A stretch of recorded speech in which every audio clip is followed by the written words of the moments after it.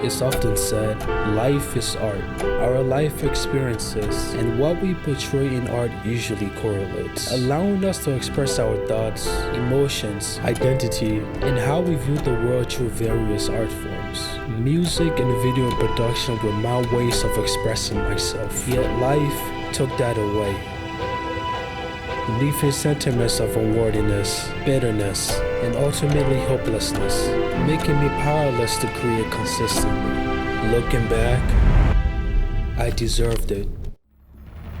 It all began in January when I started a new video.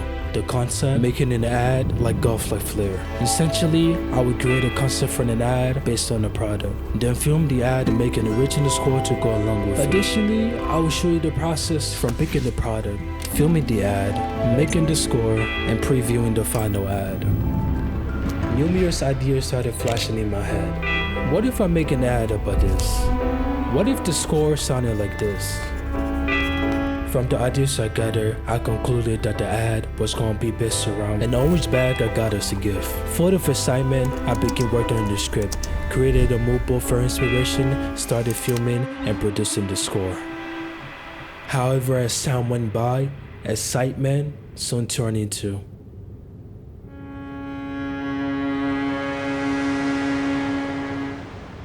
uncertainty.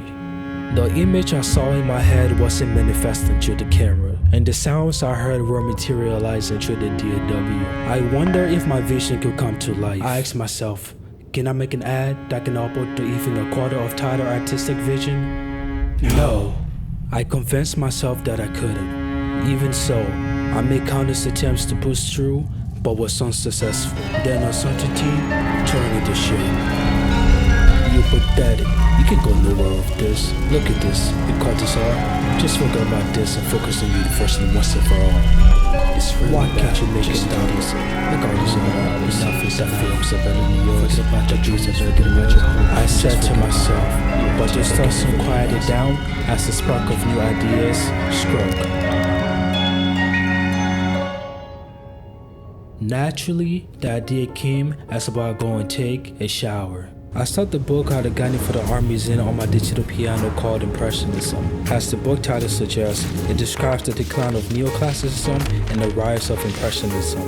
Quote, indeed, the entire new movement in painting, which was taking roots in France around 1860, was built on the notion that authentic paintings could only be the products of an artist's own visual perceptions of places, people, the seasons, and light.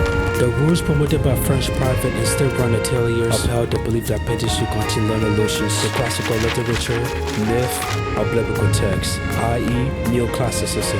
What if I make a video about this historical moment and relate it to my life somehow? I thought to myself. Thus, I reflect on my lack of interest in reading and realize that I only ever read when it was required for school. Reading books for personal enjoyment was rare, and like schoolwork, it was not an enjoyable experience. Yet surprisingly, I genuinely enjoyed reading the book on Impressionism. It made me consider reading more books like it. That was when the idea struck. The video should be about how Impressionism inspired me to start reading more books. And with that in mind, I began the production. I completed the video in about 2 to 3 weeks, and the length was just under 2 minutes. This made me confident. Perhaps I needed a warm-up. Now I can attempt making an ad like Golf La Fair video once more. But no progress was made, and the Impressionism video did not perform well. This led me to question myself. Was the video terrible? Was I lying to myself? Why can't I make any progress? Should I just abandon everything? Faced with multiple failures, I was overwhelmed with self-shame. And to cope, I convinced myself that I wasn't talented enough to bring my ideas to life. This was my march. My passion for creating was subdued by the dust of being talentless. Many days would pass and I wouldn't produce new music. And weeks would pass, I wouldn't attempt at filming. My gears were covered with dust, with no one to give them life. I wanted to put them to use, but I couldn't. The self-destructive mindset was setting, and there was nothing I could do but endure with self-destructive behaviors. I stayed on my laptop for hours, ate late at night, did not exercise, and surely did not get enough sleep. A simple feeling of shame and rumination turned into a life of unhappiness. I hit a breaking point and needed help.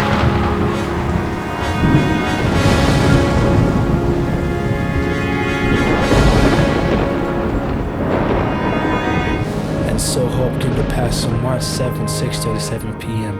I decided to check on my older friend. I texted, "Hey bro, how you been?" He said, "Hey man, I'm good, how you been?" I lied and responded, "Decent." He responded, "How is it going?" At this point, I was conflicted on telling the truth, but I needed to let my thoughts out, so I texted, "To be honest, probably worse." He responded, "Oh no bro, what's wrong?" I said, "Just feeling genuinely lost and have no idea what to do." He responded, "Damn bro, I feel you on that. But can you elaborate more about that? I don't want to misconstrue where you're coming from. Where do you feel lost?" I responded, "Like just lost in general, like on what to do with my time in my life. Everything just feels hopeless. I go to school and I'm like, why am I doing there? Like sure to get educated on something in order to get a job, but besides that, I find no meaning in it. And then you got the music production and cinematography. But for a while now, I can't make shit. Every time I try, I just can't. And I see no end to it. No hope. Like genuinely hopelessness." He then responded, "Let me start by saying that I think what you're going through is pretty rough. And that one way or another, everyone goes through it. But purpose can be found everywhere. It's very hard to find a cause that is uniquely yours, but it's worth the search. You're a young man, and this is the time for you to try as many things as possible without the need of being committed. Don't just limit yourself to cinematography or music production. Try singing, try taking pictures, try athleticism, and give yourself grace to fail. It's so good to fail both privately and publicly. The best part is that you put your best foot forward. There's this quote that go, if you live by the applause, you will die by the blues. You don't have to find the answer tomorrow, but as long as you're actively seeking trying to do new things, you will be surprised as to what piques your interest." This filled me with hope. Yes, this makes sense. However, the sentiment did not last. The underlying feeling of hopelessness still lingered, and the heartfelt message from my friend did not adhere. But why? I couldn't find the answer. So going into April, I accepted the reality of my hopelessness and lived a pessimistic life.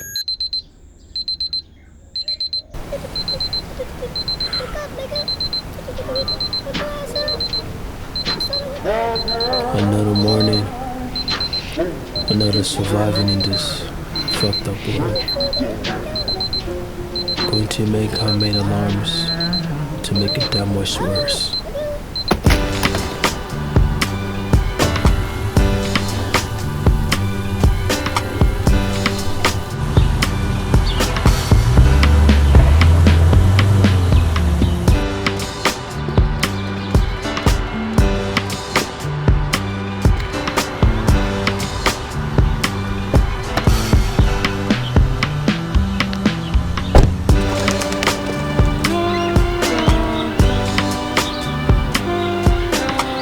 Stephen hasn't read us enough.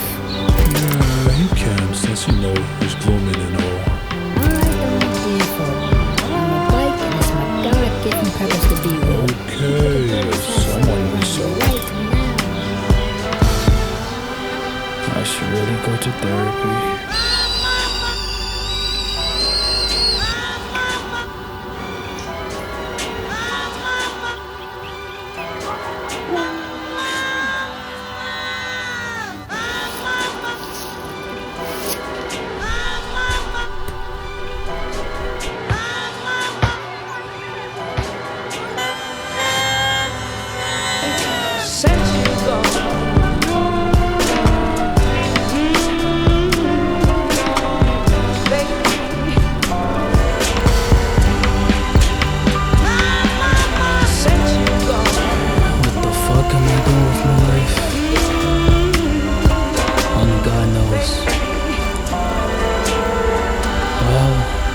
That's looking like a good dream.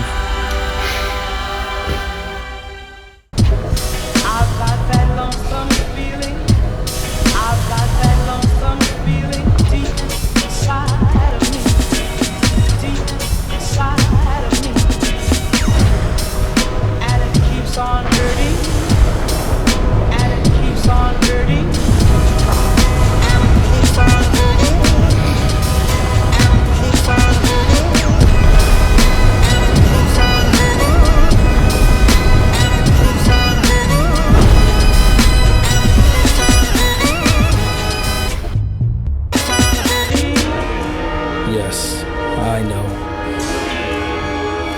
However, in May, the unexpected happened.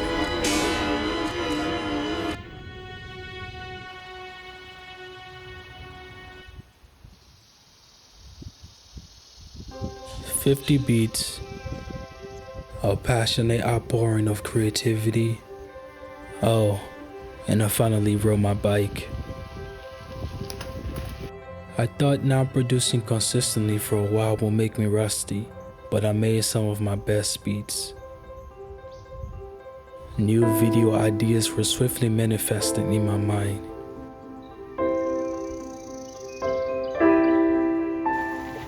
I was surprised and wondered why. Maybe because of summer break, or maybe my brain had enough of my pessimism. It scared me a bit. Was it for lost time of not creating?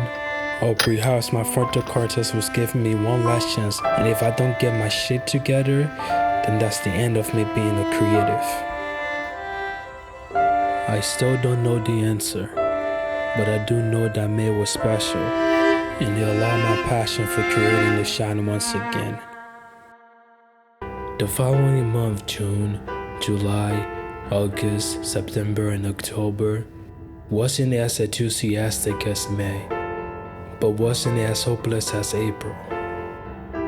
As for November, well, I guess we'll see.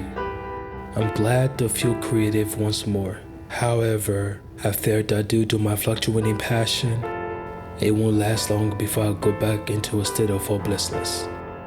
Regardless, I've come to realize a few things. It's often overlooked the effect our life has on our creativity and artistry. If life is art, and you find yourself in a bad place mentally, the creative expression will suffer. For not taking control of my life, I allow it to unknowingly interfere with my creativity. By neglecting my struggles, I've allowed them to tint my creative work, leaving me feeling tiredness and hopeless. For that, I deserve the loss of my creativity. But I also know I deserve and can do better. Yet, I'm hesitant. I don't know if I have the capacity to face those changes.